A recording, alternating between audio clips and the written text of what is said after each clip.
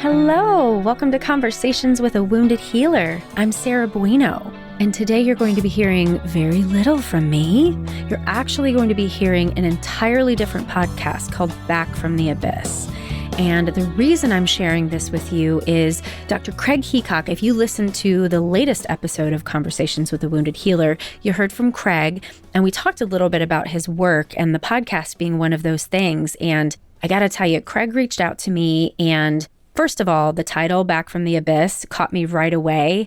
And as soon as I went to the webpage, let me tell you what I found. And I was just so intrigued. On the website, it says, "How do we find a way out of the darkest depths of despair?" Psychiatrist Dr. Craig Heacock hosts a deep dive into powerfully moving stories of hope and healing, recovery, and redemption. And I was like, I'm in. Listened for a couple minutes to one of the episodes and then got back to him, and we connected and decided to do this fun trade and share this with you. So I got to pick this episode that I wanted to share with you, and the story that you're about to hear is so incredibly, it's moving. The resonance of it just feels so transformative. And not only is the story interesting, the content is interesting, you really care about the person who's telling the story, but also the production quality is pretty awesome. So just saying, I hope you really enjoy Back from the Abyss, and you'll consider subscribing to their podcast on Spotify, Apple Podcast, or wherever it is that you find your podcasts. So please, without further ado, enjoy Back from the Abyss.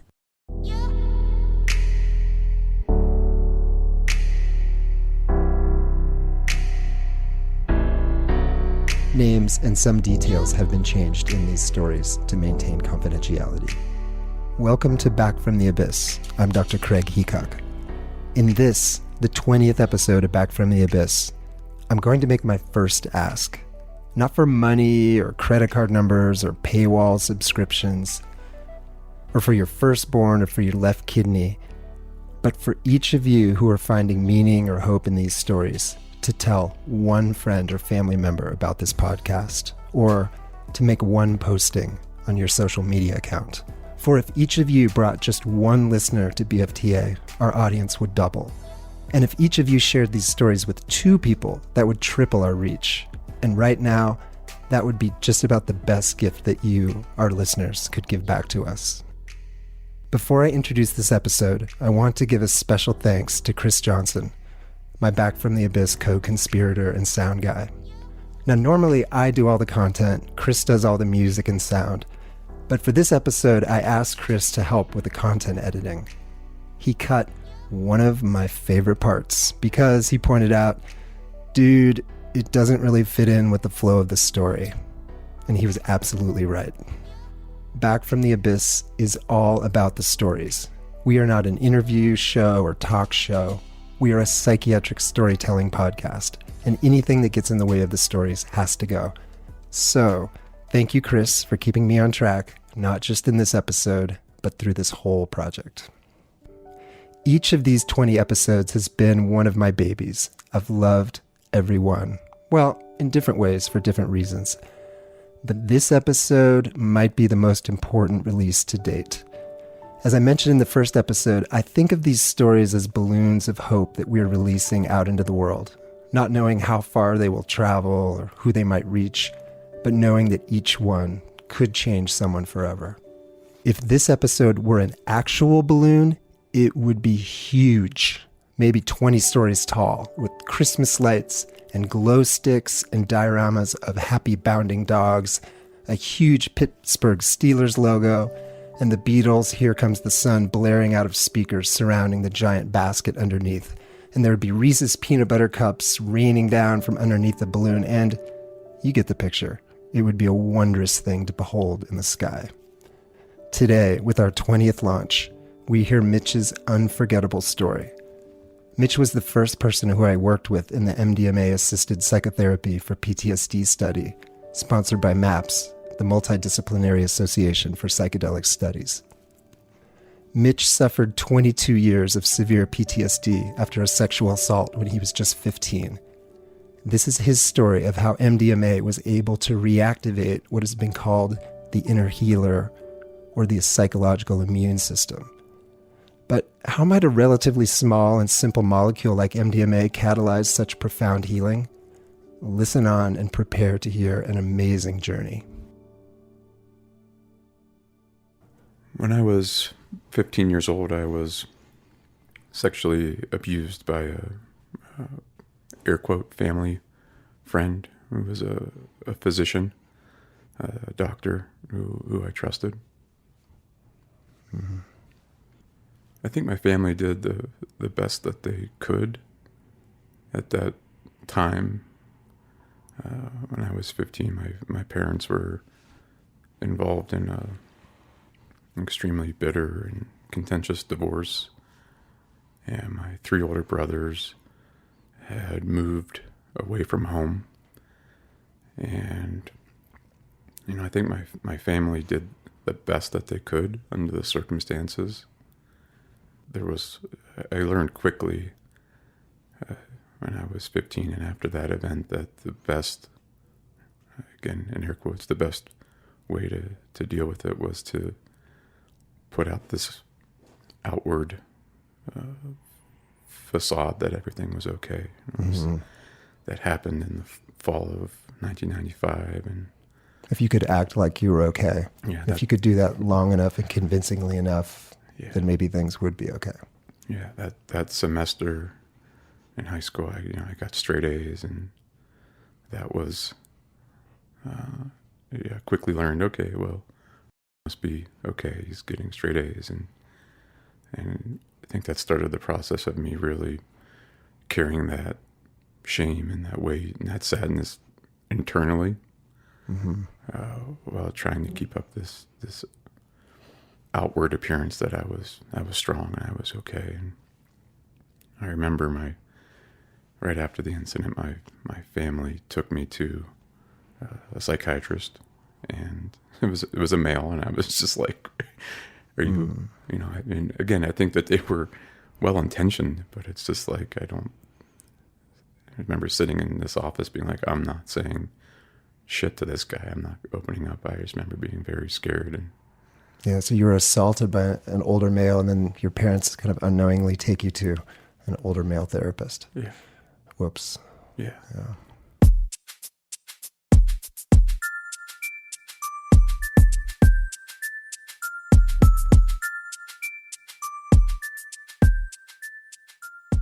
When did you realize, Mitch, that you were not going to be able to sort of pretend or act your way out of this, that this was not going to go away? I would say a number of years ago. It seemed like every day I was waking up, and the first thought in my head was that I wanted to die, that I wished I was dead.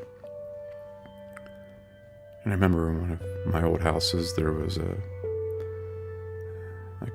drawstring hanging from what I think was maybe like an attic pull down in the bedroom, and there was a string. And I just remember for days on end, I would wake up and I would sit there and on my back, and I would look at that, and I would just envision myself hanging and dying. And at this point, I had been married for a few years, and I told Beth that I was having these feelings, and she was very helpful and supportive. And I think they just got to the point where she encouraged me to go see a therapist. So I did. And I remember the first time I met a therapist, and this is the extent to which the denial will take hold, as I said. She was asking me about why I might have these feelings of wanting to be dead and deep depression. And I said, well, just a little bit about me. My parents were divorced, and oh, by the way, I was sexually assaulted when I was 15, but we don't have to talk about that. I think I have that all under control. So I don't think that that's in any way related, so we don't need to focus on that. And she's very patient and very wise, and I think she knew that in time that would come back.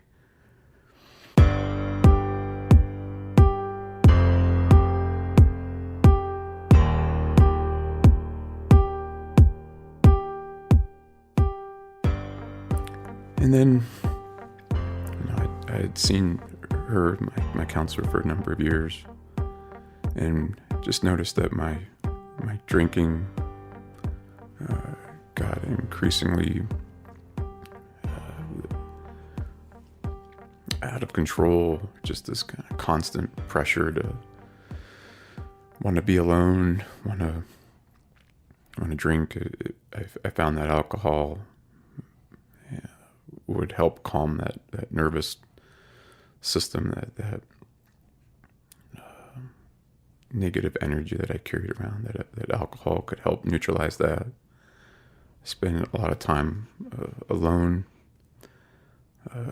under the disguise of working on a project in the garage, but really the project in the garage was to see how much I could drink and just be alone and escape. Mm-hmm. Yeah, could you drink enough to try to actually calm that nervous system? Yeah, I would try. But again, it was this balance of, I don't want to crumble, right? I don't want to drink too much where it really becomes an issue, and then people start asking me, well, maybe the drinking is connected to the abuse. I didn't want to have to go down that path, so it was drink as much as you could, kind of give you that warm blanket kind of feeling, but still be able to get up and go to work the next day and carry on that outward appearance of everything being okay. Yeah.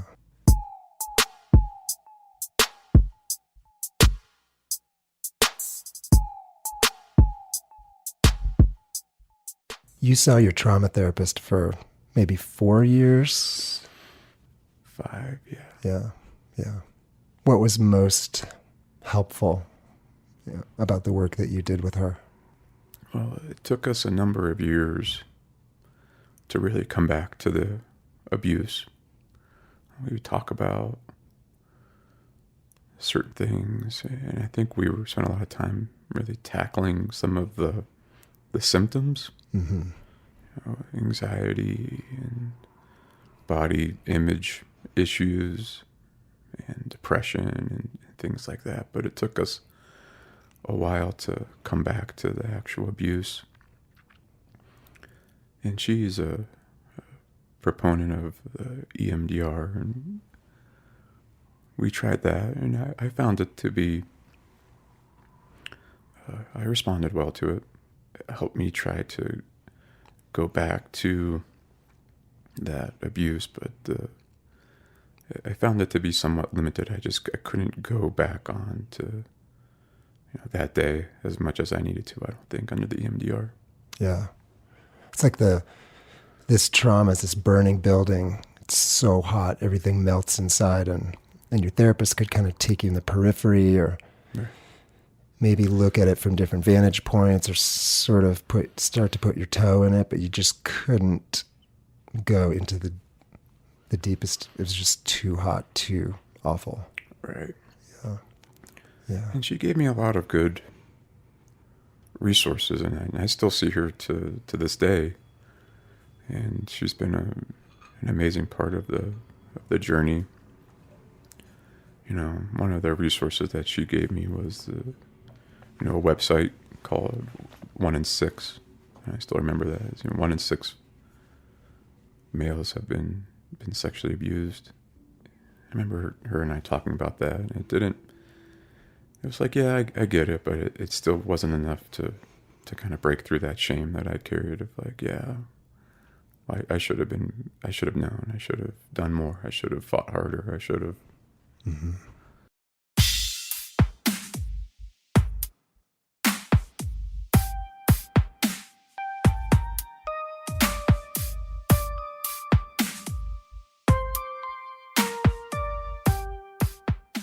After a few years, your trauma therapist referred you to me, to my outpatient clinic. Right. Yeah. What do you remember about that? That was a bad time in my life.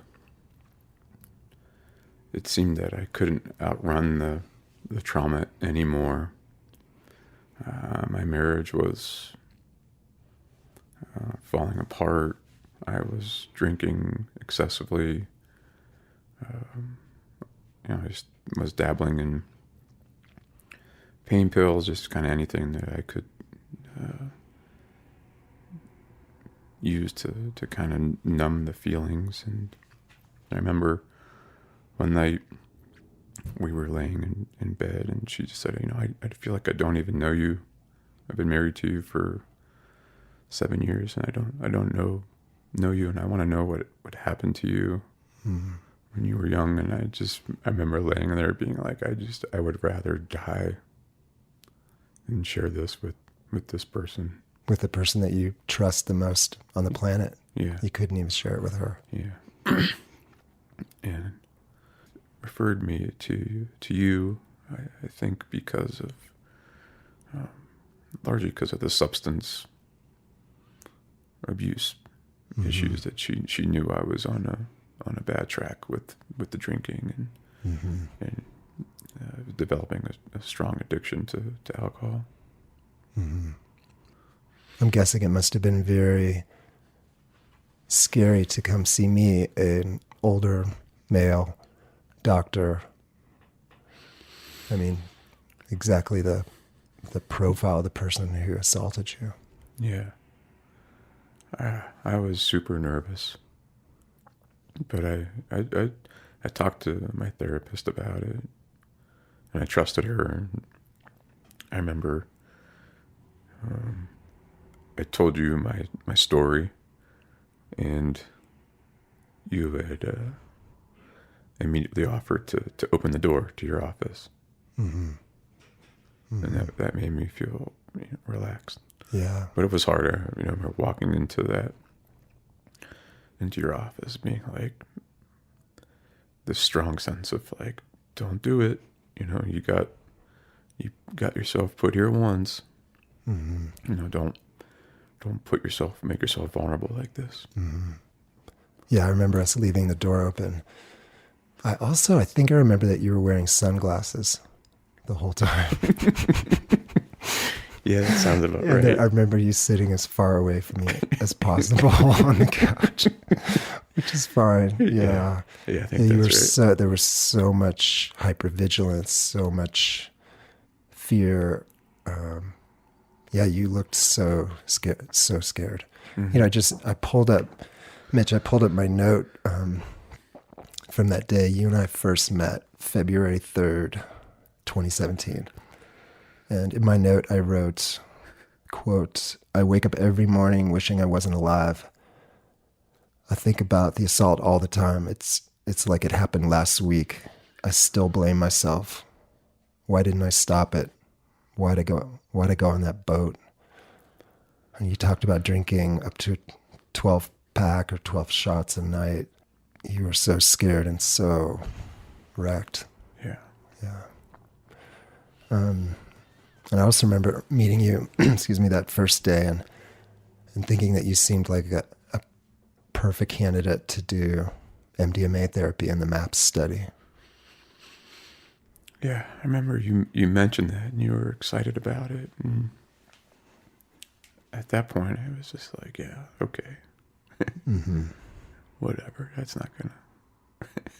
Yeah, Sure. I meet you and I say, "Oh yeah, come back here, join the study, and we'll give you this, this rave substance, and we'll heal your PTSD." Yeah.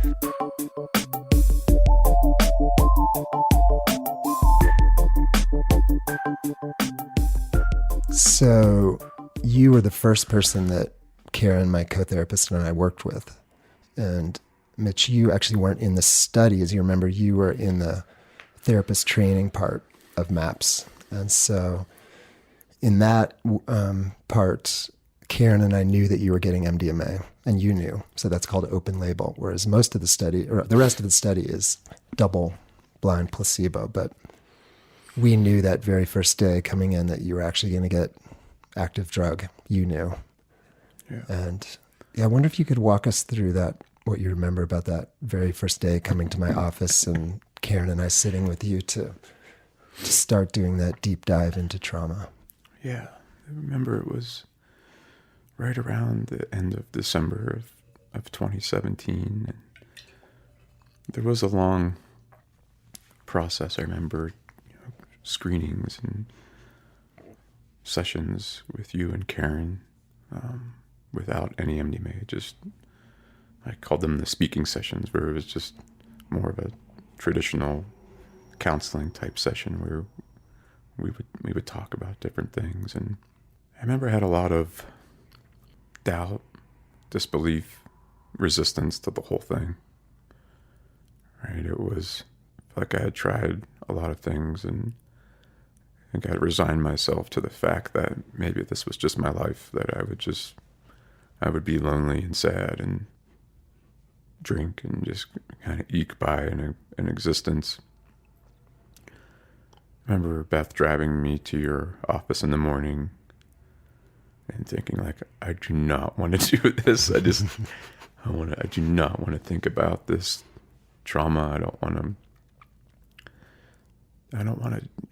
do it. I don't want to go there. I don't want to think about that event anymore. Like, why am I taking a day off of work and doing all this? And it's probably not going to work anyway. And what if I take the MDMA and I don't even go back to that scene? What if, I just spend the day in my head running around at a rock concert or something? What if it's all for naught?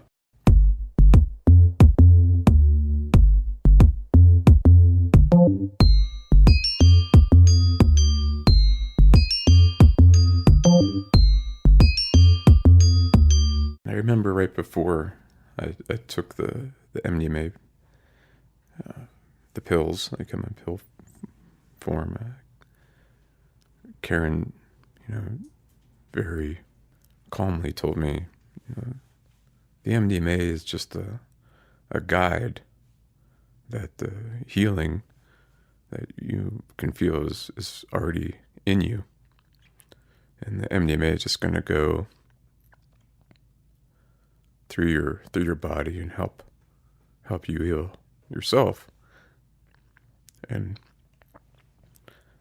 I thought, oh, thanks, Karen, but there's nothing, there's no healing in this body anymore. It's just not gonna happen. I think you and Karen encouraged me to we refer to it as going under, where I would lay down on the couch in your office, and there was eye shades and earphones, and just listen to the music and just see what came up.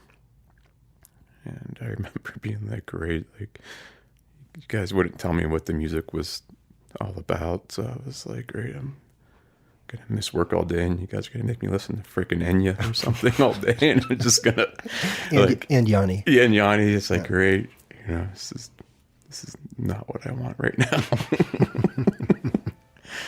But actually, that whole part of it, the music, is such an important component of the whole experience. And it seemed like the music was choreographed to different stages of how the MDMA would work. So at first, I remember music being very light and, I guess, bouncy. And I remember laying on your couch, and it was like I never hallucinated. Like my mind was altered and I was going somewhere else that I wasn't, or seeing things. I just remember when I was on the couch with the eye shades, just different visions would come, and I'd be laying there, and all three sessions were essentially the same in that they started out with this light and bubbly music, and the first person I would find, in my eye, in my mind, would be Beth.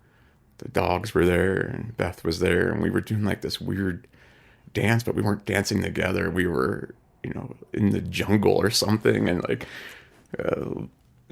Beth was behind like one tree, and I was like behind another, and we were like doing this little peekaboo thing, and there was like a dog running around both of us, and it was just this real funny thing. And then way it worked, my mind just, I found myself with Beth on like on a boat, and I was abused on a boat, and I feel like I'd been stuck on that boat for 22 years, and it wasn't the same boat at first. It was the more of like a party boat at first in my mind, and the dancing and kind of lightness continued, and then the music changed and it got a little more somber, and I could feel myself tensing up, like present day in your office on the MDMA, the kind of tensing up, and my body knew that it had to go back to that boat where I was when I was 15. And I remember Beth said, it's very gently, do you want me to go with you?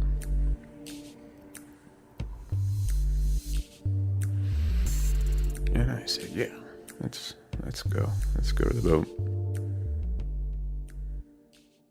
At that time, I may have took off my eye shades and looked up at you and Karen and said, holy shit, we're going to the boat. Like, that could happen really.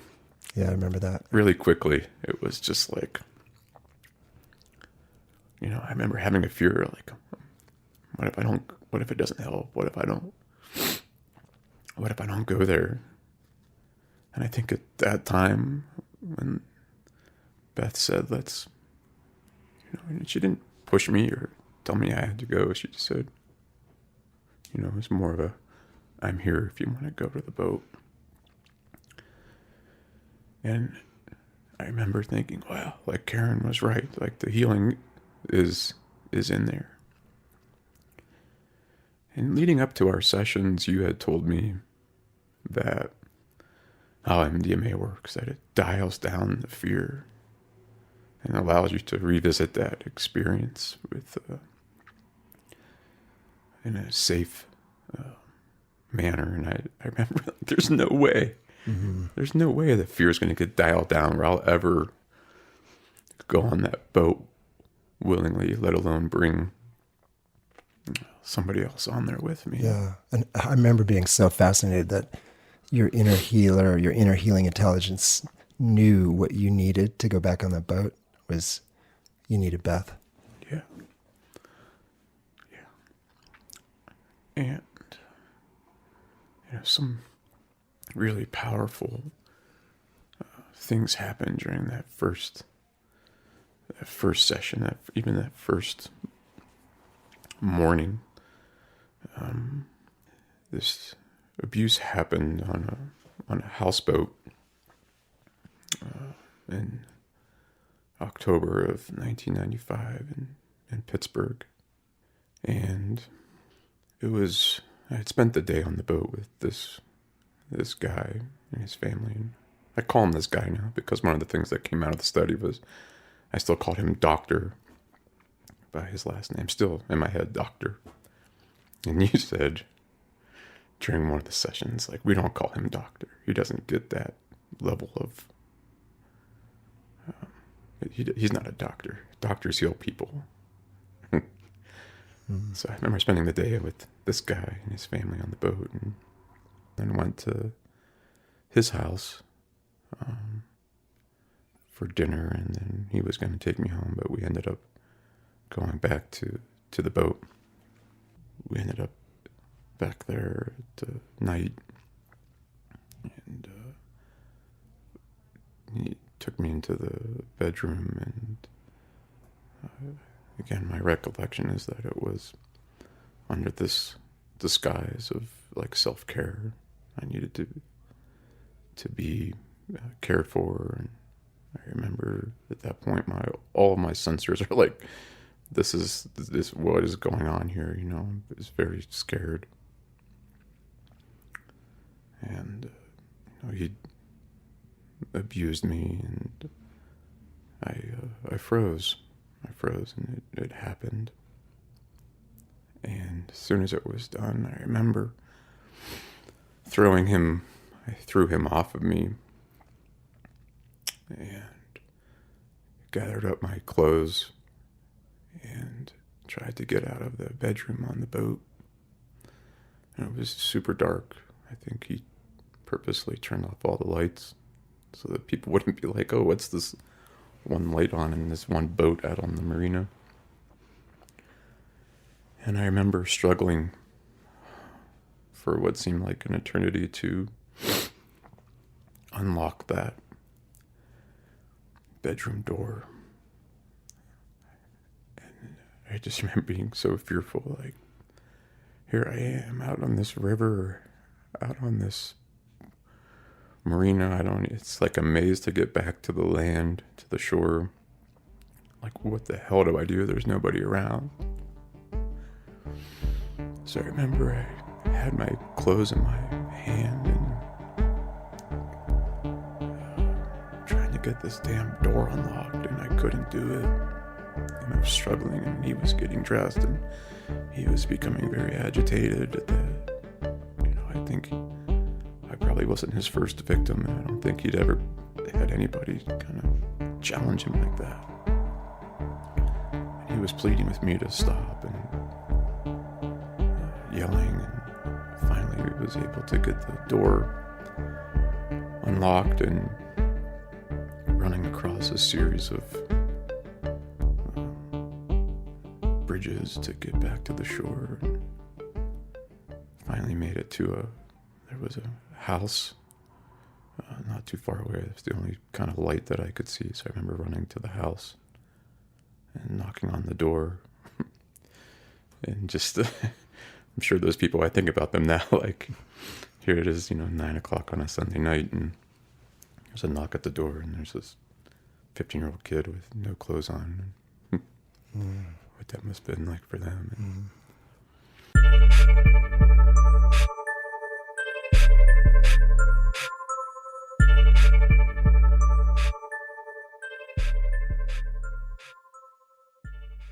So in that first session, the MDMA session, I remember Beth saying, let's go to the boat. And it's like, okay, let's go to the boat.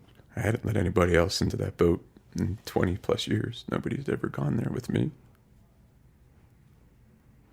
And one of my clearest memories from that first session was,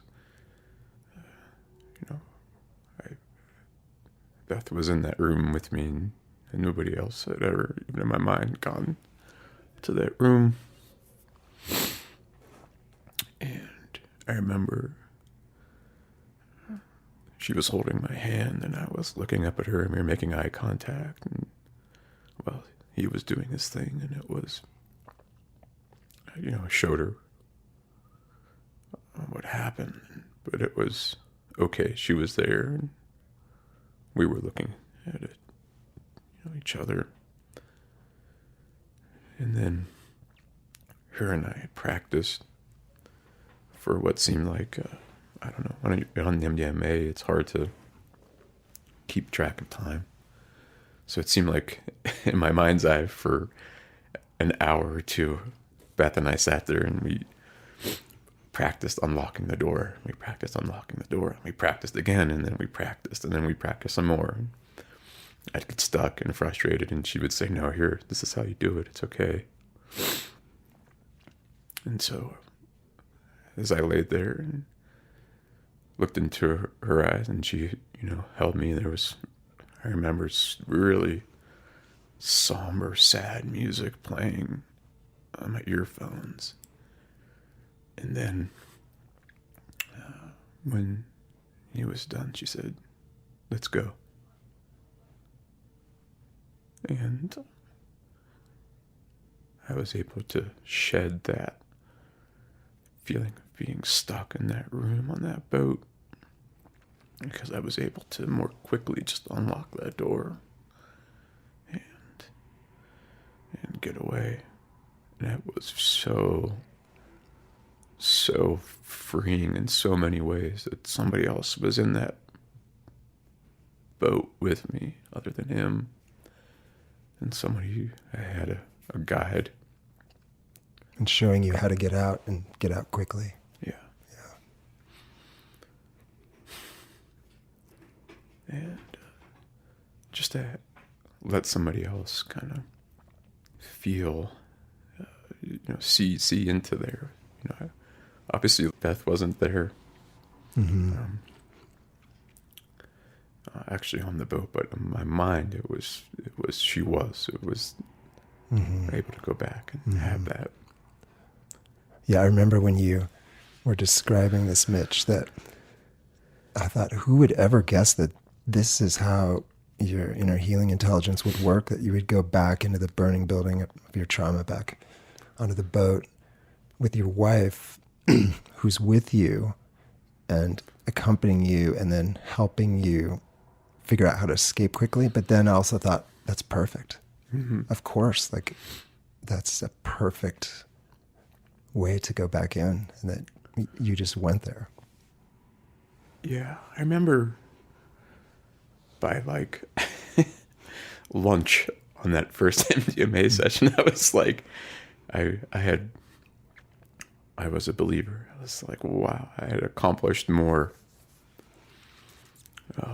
in those first half of that first session than I had thought would ever come about through any of through all 3 MDMA sessions. It was just, it was like, wow, I went back on that boat, It's like, and it's, when I look back on it, it's I'm able to laugh now because it's like all of that skepticism and doubt that I had just were quickly vanished. And I there's a sense of, when you're on the MDMA, to just, you have to just give into it, right? There was very much a sense of that statement that Karen made, that it's in there and that healing is in there, and this MDMA is just going to allow you to do it. There were certain times where throughout the study I was like, I can't go there still, I can't. And it's like anytime you had that resistance, it's just like, okay, you have to go. Put the eye shades on, listen to the music, and just see what comes up. It's whatever comes up is supposed to come up. Yeah. So we had given you the instructions multiple times each session not to try to go anywhere. And was that your memory too, that you just tried to be just sort of open-minded and just see what came up? Yeah, absolutely. Yeah. And that first session really was the key, because I went into it and I was on that boat before I even knew, before I could even make up my mind to not go or to go. It just happened. My mind it went there. It knew what it needed to do. And so at that point, I remember taking the eye shades off. I think I looked at you at one point and said, I think this shit's working. Yeah. And it's so interesting to me as a co-therapist to look and see that where your inner healing intelligence went first was safety. That you had to rework this idea that, and feeling that you're trapped on the boat 22 years later, versus going in and saying, no, you're not on the boat anymore. You can make a quick exit. You have loving guidance. Yeah. It's in the past. Yeah. Yeah, that was huge. The safety part of it was huge.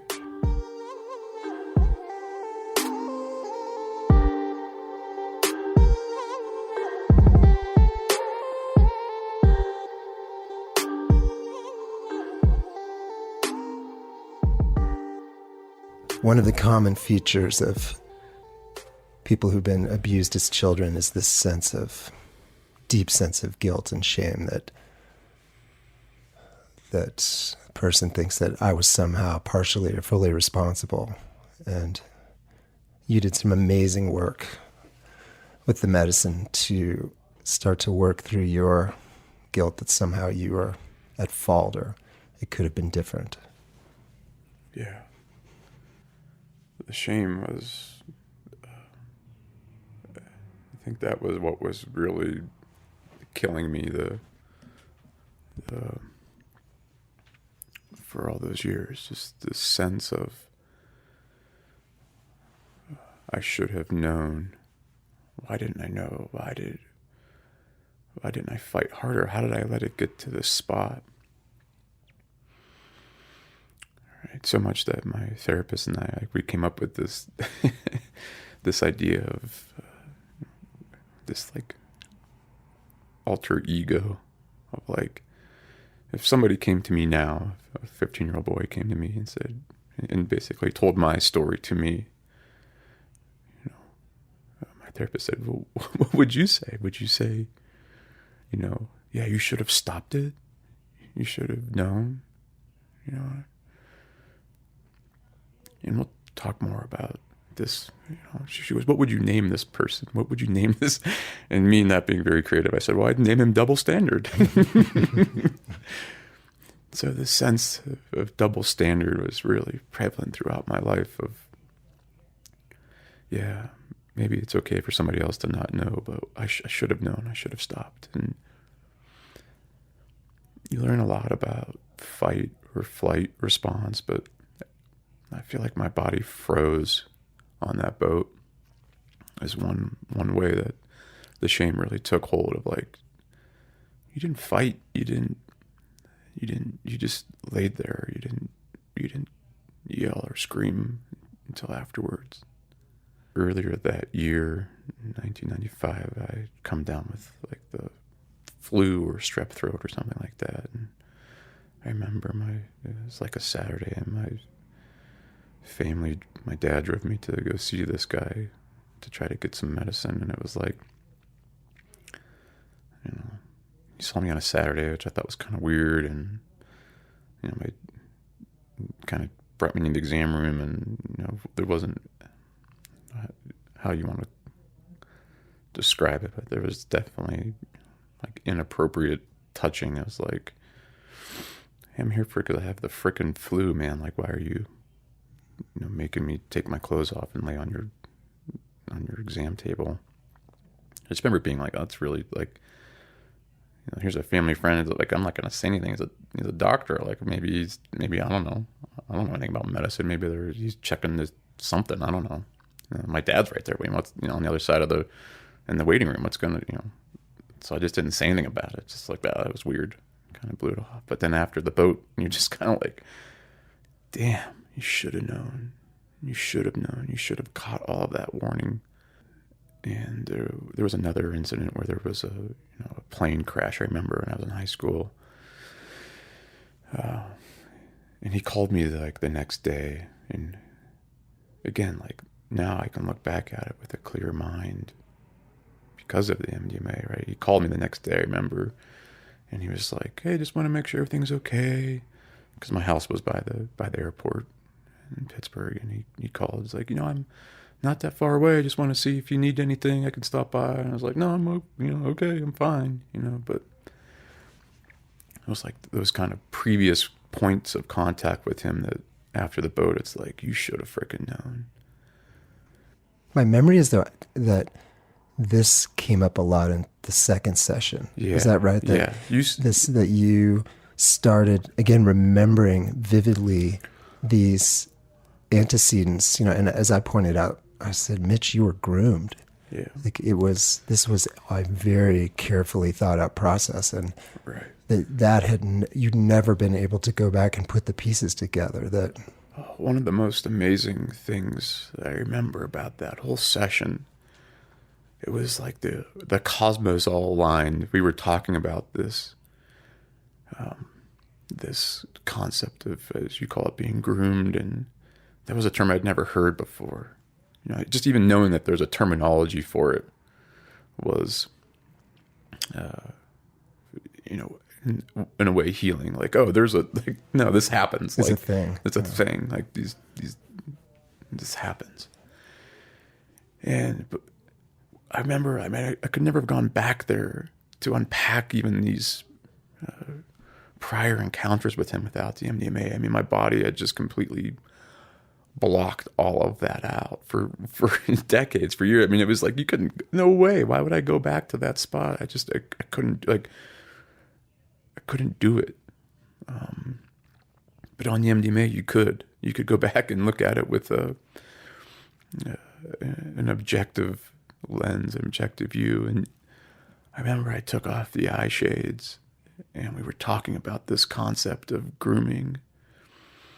And you were really helping me develop this idea. And it was like, the feeling in the room was like, I remember it being hot and like we were doing work. Mm-hmm. We were doing some serious work and I was shedding so much shame. And you said something to the effect of, you were just he came in and took you were just a cub. And I said, holy shit, I remember it. I said, I remember the day my mom dropped me off at the marina to go on the boat. I remember clear as day. He said, how's Mama Bear this morning? And for some reason on that MDMA session, that tied up that whole discussion that you and I and Karen were having about being groomed and about how this wasn't my fault. And I just remember being like, that sick bastard, like, mm-hmm. He knew, like, just, but the ability to have that memory come back because I could go back there was so powerful, right? It allowed me to go back and see. And I remember that. I remember, my mom and I were very, very close, and she was going through a bad divorce with my dad. I remember, like, I was always kind of close to her. And I remember kind of very graphically, like this, vividly, like this sense of like I'm walking up to meet him on that day. And I think like I have my, probably like have my arm around my mom or something, like I'm attached. And he's like, how's Mama Bear today? Like he just, he freaking came into the den and knew what he was doing. Yeah. And he knew that Mama Bear was distracted, getting divorced. This was not able to fully protect her cubs. Yeah. It's so sick, right? Such a violation of, obviously my trust, but also like my family's, and I struggled with that. It's something that came up repeatedly in our sessions. Is like, what role did my family play in all of this?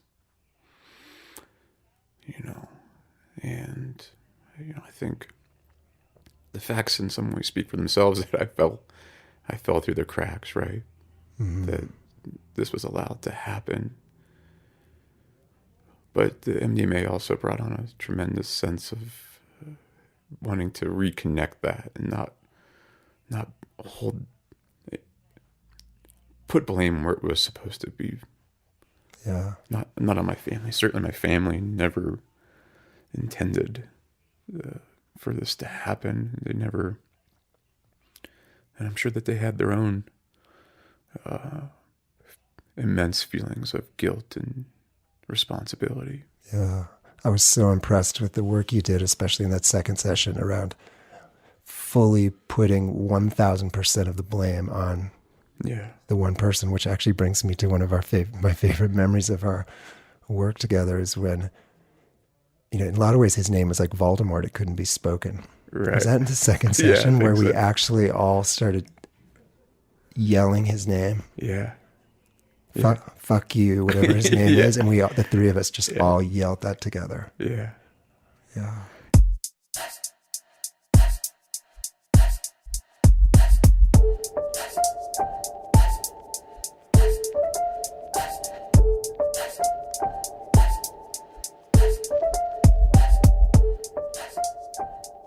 It was like, for decades, I was bearing the brunt, like in this completely twisted way. It's like I was letting him off the hook because I was taking all the brunt of all the shame, and like I did something wrong.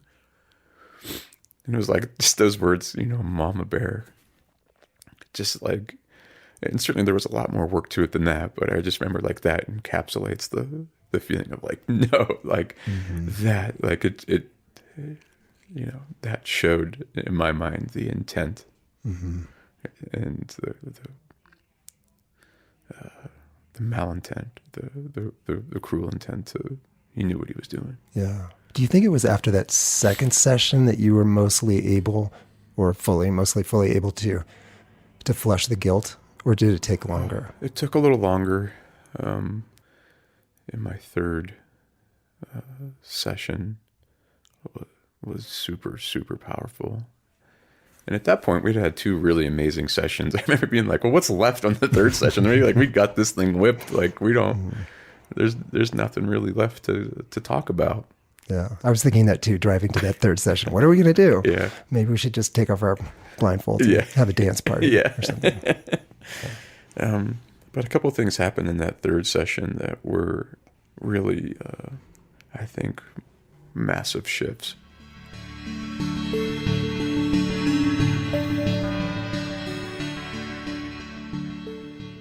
Throughout this whole process, maybe I'll just mention this and then we can go back to it, is this idea that I connected with my 15-year-old self. And there were some beautiful moments that came out. But I had this like ongoing dialogue with my 15-year-old self. And it was awesome. It was incredible. And I could read him and talk to him and hear from him. And this was your 15-year-old self just prior to the assault? Yeah, or after the assault. A lot of times it was after the assault of like, hey, you've been suffocating me for years and shaming me, and like, you're hurting me now. Still, you're by holding on and you're blaming me. Going back on the MDMA allowed me to kind of visit with him, and I could tell in that third session that he wasn't totally, either he or my present day self weren't totally convinced on the idea that we were totally without blame. I'm a lawyer now, and I remember thinking on that third session, like talking to my 15-year-old self, like, what's 15-year-old Mitch? What's gonna seal the deal? Like, how do we do this? And it was like, we're gonna have a trial, and that in and of itself was very symbolic because I never had that night on the boat, I ran and I went to the house at the marina and went and filled out a police report. And there was a lawsuit and criminal proceedings, but there was a settlement. And so there was never an actual trial on the merits of the case. It was just the judge heard the settlement and approved it. And that in and of itself was very, contributed to that shame of like, well, why didn't I, if I was so convinced in my position, I would have fought, right? I would have had an open trial, and you and I and Karen talked a lot about that. And the conclusion I came to is, as an attorney today, present day, I would have told my 15-year-old self, no, you absolutely did the right thing. Did this trial happen with the eye shades on? Yeah, this trial happened with the eye shades on, and you were the judge and the jury. And I remember, and we presented all the facts, and I held 15-year-old Mitch's hand throughout it, and it was like, here's all the evidence, and we went through it all, starting from the beginning, and the verdict was clear, like completely. 15-year-old Mitch was completely absolved of any wrongdoing. That he was actually to be celebrated for how for what he did. That he kept it safe, and then when the window appeared, he ran the safety, and he didn't let this person get away with it. He held him accountable. How perfect was that in this third and final MDMA session that your inner healer knew you needed a trial. Yeah. There had to be a trial. Yeah. and that's funny. I was the judge and jury. Yeah, you were.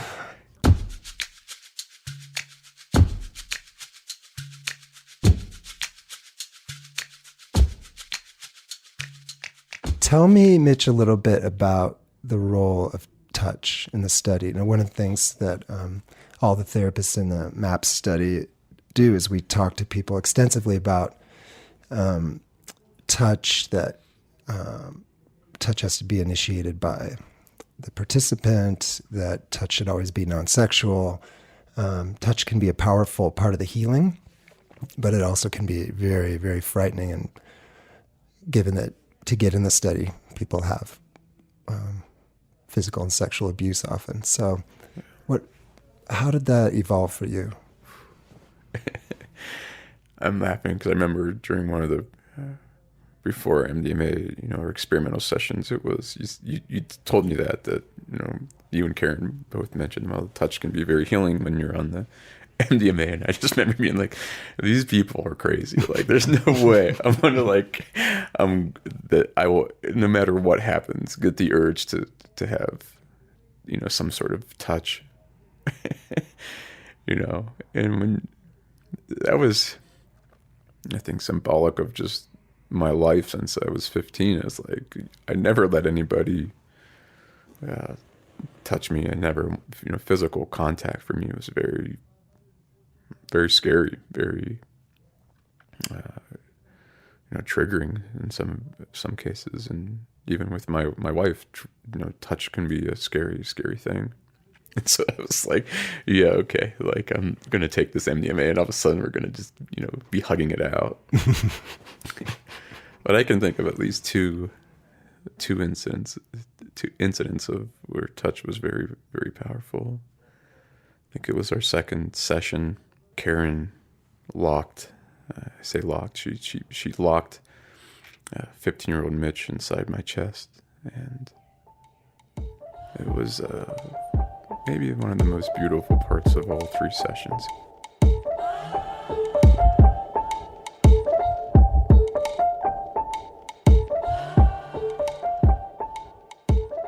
Yeah, she was encouraging me to see, like, is there a place in my body where he lived? Where can I keep him? Where I wanted to connect with 15-year-old Mitch, and I said, I think he's in my chest. And throughout the study, we had this beautiful reconnection of events that happened when I was 15 and later that really started putting all the pieces together as to, that summer after that event happened, I came and visited one of my brothers who lived here in town, and I felt safe, and it was sunny, and there was, he had a dog, and I realized, I love labs, and I love hiking, and I love being outdoors, and it kind of, my body knew at that time, like, this feels good, this feels safe. And there's this constant conversation through the MDMA sessions with present day Mitch and 15-year-old Mitch. And in the second session, I started having this anxiety of like, well, how do I keep him? How do I keep him close now? Like, now that I found him, I don't want him to go. I don't want to lose him anymore. Like, a sense of, oh my gosh, I've been suffocating and hurting this 15-year-old version of myself. Like, and he's done nothing wrong. He was great. And, this predator did this to him. How do I keep him safe? And so Karen was saying, think about where he can live. Where do you feel him in your body? And I felt him in my chest. And I just remember asking Karen, I was like, I can feel him in there, but I don't want him to get out. And I asked Karen, I said, can you put your hand on my chest and lock him in there so he doesn't get away? And I just remember sitting there on your couch, and the music was perfect. And Karen just put pressure with both of her hands on my chest. And we didn't say anything.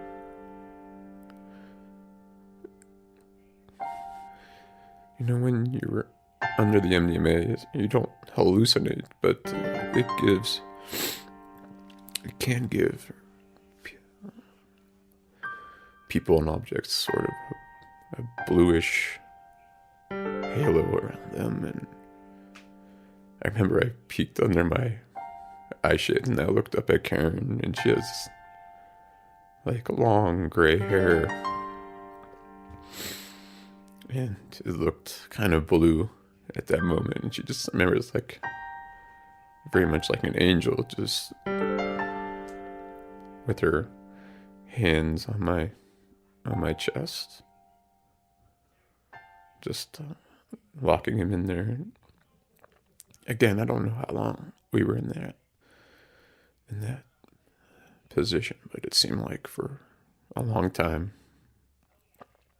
And I think that I needed that touch to really feel secure. Like in my mind on MDMA, there was this physical melting of 15-year-old Mitch just melting into my body. Like we were reunited again, and Karen helped seal that. Yeah, that was such a beautiful moment. Yeah, that was an incredible memory of being able to feel whole again and connected, and that my life had purpose and history. And it wasn't just that I walked on that boat and then anything in between that and the present day didn't exist. It started to have meaning again. Mm-hmm. And it worked. Yeah. Karen sealed the 15-year-old you inside of your heart.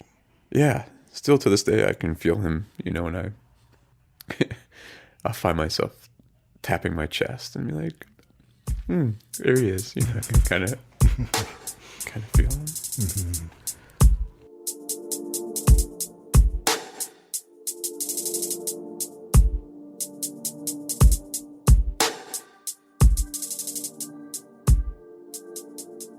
The other part of the touch was on that last MDMA session when we had that trial.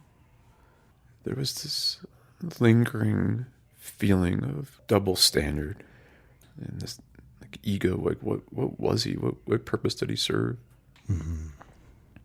And I remember it was approaching the end of the third session, and I was like, I'm not going to be able to crack what this is all about. I just have to, it's kind of like one of the unanswered questions that I'll just have to wrestle with after the MDMA. And Karen was so gentle, and she just said, give it another shot. Like, go put your eye shades on and just see what's coming up. See what's happening. And I remember I went back in, and this just really it just really tied a lot of the whole experience together of what was going on. And I remember this what I call double standard appeared shortly after that abuse. And it was this idea that, hey, you should never be the center of attention. You should never be weak. Like, you were weak once, you needed attention, and you got you put yourself in a bad situation. So me, this ultra vigilant protector, is going to come into your life, and it's going to keep people away, and it's going to keep you strong to everybody else, and nobody fucks with you, and nobody messes with you, and you're going to do that and not going to let anybody in, because you let somebody in, and look, you don't have the wherewithal to judge character anymore. Look what happened. Right? You liked that attention that you got from this guy when you were 15, right? You liked that. And it was like, yeah, I did like that. I thought it was genuine. Mm-hmm. And it turned out that it wasn't. And so it was a complicated relationship with this idea of double standard, because he came into my life as a protector, but he was also strangling me from the kind of the outside world. It was, his goal was to protect me so it didn't happen again, but it was also causing me a lot of shame. He was still placing the blame on me. and also keeping me from having a lot of meaningful relationships with other people because he wouldn't let me. You know, it's like, no, you can't let people get close to you. You not even let your wife get near you. Like, and so we found where he lived, and we found this idea that, you know, that's where he came from. You know, 15-year-old Mitch fell for it, and he liked the attention. That he felt that it was genuine, and it wasn't. So this protector is going to come in and keep you safe. And I remember when that happened, it was late in the day in your office, and you had that great window in your office, and it was snowing. And Karen recommended that we do some more kind of touch body work or whatever. And I just remember laying on your office floor looking out the window, and it was snowing, and I let you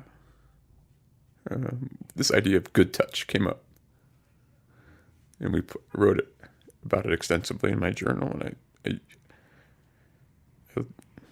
held your hand on my chest, and I was on my back, and I remember being like, wow. Last time I was on my back in this position and a doctor was touching me, it went very bad. And I just remember thinking that was me, like, reclaiming my life back. Like, no, I have that ability to determine for myself what good touch is. Yeah. And I can keep myself safe. And the energy in the room was incredible. I think Karen was stretching on my legs or something like that. And you and I were just sitting on I was laying on the floor, and you were sitting next to me with your hand on my chest, and I just held it. And I just remember being like, I think for the first time in 22 years, I felt a sense of peace and calm. Yeah, that was one of the most beautiful things I've ever been a part of. I remember, snowing and just the three of us on the floor and holding your hand and just being so grateful. Yeah. So grateful. And I cry now as we're talking about it. But it's not like a sad cry. It's just like a grateful, like, holy shit, we did that kind of cry. Yeah. And honestly, for most of my adult life, when things were hard, or even when they weren't hard, they were good, I would be back on that boat all the time, stuck in that room, not able to get the door unlocked.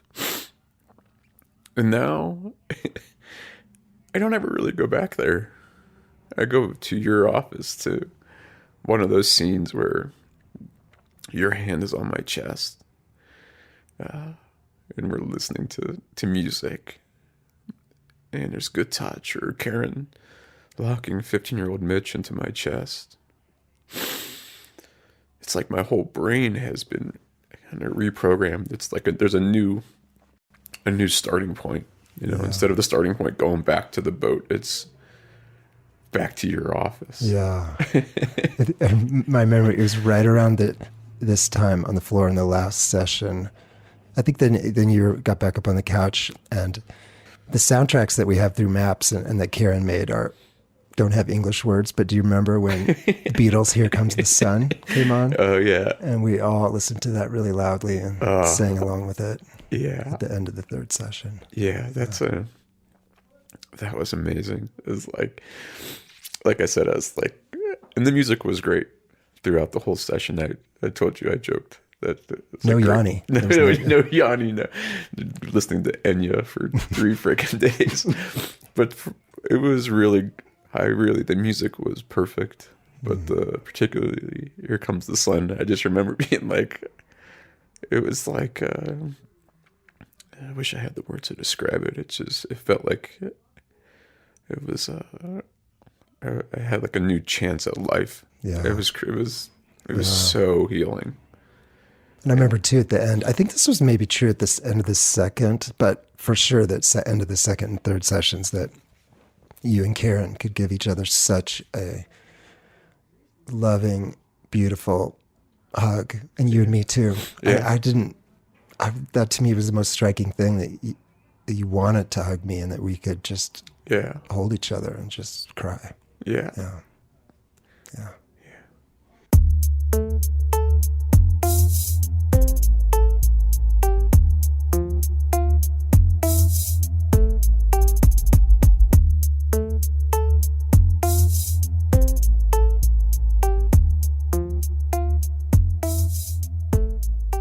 It's now 2 years since you did this work with MDMA and Karen and me. Where are you in your life now? Where are you with PTSD and with fear and with trust? And how are you? Yeah, good question. I'll be honest. I do feel that the MDMA is such a powerful tool that I never would have gotten to this spot in my life. This rebirth, this feeling that the blame got rightly put where it needed to be. I would never have been able to remember Mama Bear. I never would have been able to reconnect with 15-year-old Mitch and put him in my chest without the MDMA. It's still there, those events in my life. Right, the MDMA, it doesn't erase your memory as to those events, but I just remember going through all that and being able to put the pieces back together. And you and I are talking like, no, your story like makes sense. Like it actually makes sense. It's not a good story that you want, right? You don't want to have to experience that type of trauma in your life. But it makes sense. I was able to make sense of it. It's still there, and I still have memories of it that aren't pleasant for sure. But I can tell you that I can watch a Steelers game or a Pirates game, and I can see the rivers, and I can have a lot of pride in where I came from. I don't attach so much to that episode that on the boat that no longer defines me. Mm-hmm. And that's so powerful. I got off the frickin' boat, and I couldn't have done that without the MDMA. I got off the frickin' boat. I think I told you and Karen in one of our first, talking sessions that even if I became the president of the United States, like I would still be a 15-year-old boy on a boat in Pittsburgh. Mm-hmm. And now it's like, yeah, that's part of my story, but that ain't the whole story. And I feel in some ways, I'll say normal now. That's certainly not the, by normal, I mean, I'm able to handle the ups and downs of life without this huge anchor that I've been towing for so long, without this cloud that's always following me. It's like, yeah, like other shit in life happens and it comes and goes, but it's not like other shit happens and you got PTSD and it just sends you over the edge. Mm-hmm. And when you say, and you said this to me before, when you say it wasn't my fault, like you can feel that with every ounce of your being. Yeah, I feel that with every ounce of my being. Unfortunately, my marriage to Beth did not survive, and I think I did too much damage to that relationship.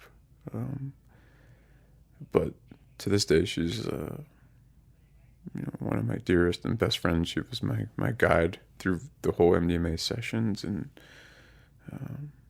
so it's a sad outcome. I think a lot of people that are abused as children have relationships, and I'm proud that her and I are still very, very close friends, and take what I've learned from that relationship going forward. And I just I'm grateful for her, and there's other good things. There's good things in life. I'm able to find joy more readily. I'm more present. I feel definitely more self-love for myself and 15-year-old Mitch. Yeah. And I can tell you, Mitch, and I've said this to you a number of times before, having known you before, during, and after now 2 years post MDMA treatments, it's like you're reborn. Yeah. I mean, the presence, the confidence. When I met you, you were on high alert. I mean, the smoke alarm of your nervous system was blaring 100 decibels 24/7. And you just have a lightness about you now, and a warmth, and just a peace that I didn't ever see before. Yeah. Yeah, I feel it. I feel that for sure. I think too, and one thing that I've carried with me is throughout all of it is that I think when you're abused, you may take on a strong sense of compassion for others. I can remember right around the time we were going through the MDMA study, it was like a lot of the Catholic Church stuff was going on. It's like, man, that's just like really, really hard to hear. Mm-hmm. And for anybody, but particularly when you're a victim of abuse, it's hard to hear. And I think before, hearing stories like that would just completely that would shut me down for a while. Like, you drink a lot and escape it. And now you hear those stories in the news, and it's still there, and you have that deep sense of compassion, but it doesn't rock me like it used to. It doesn't, I remember hearing about the widespread, latest round of abuse, and it's like, we're going to need a lot of MDMA for these folks, there is, it gave me more of like hope for treatment for other victims. Yeah. Like it's very, very powerful. Yeah. I think one thing that stuck with me is since our sessions is just a tremendous amount of gratitude for you, for Karen, for MAPS. And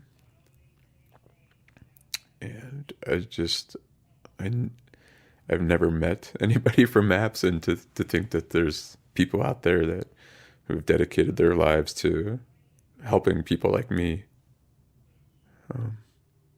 makes me feel fortunate. Yeah, and very gives full. You hope for the world.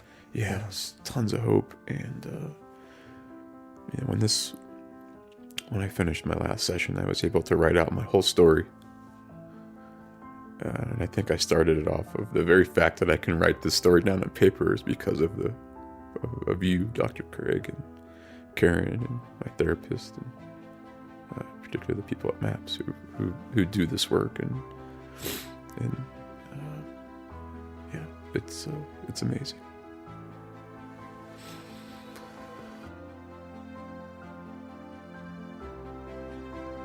If you like this episode, please share it with anyone else who might find hope or meaning in this story.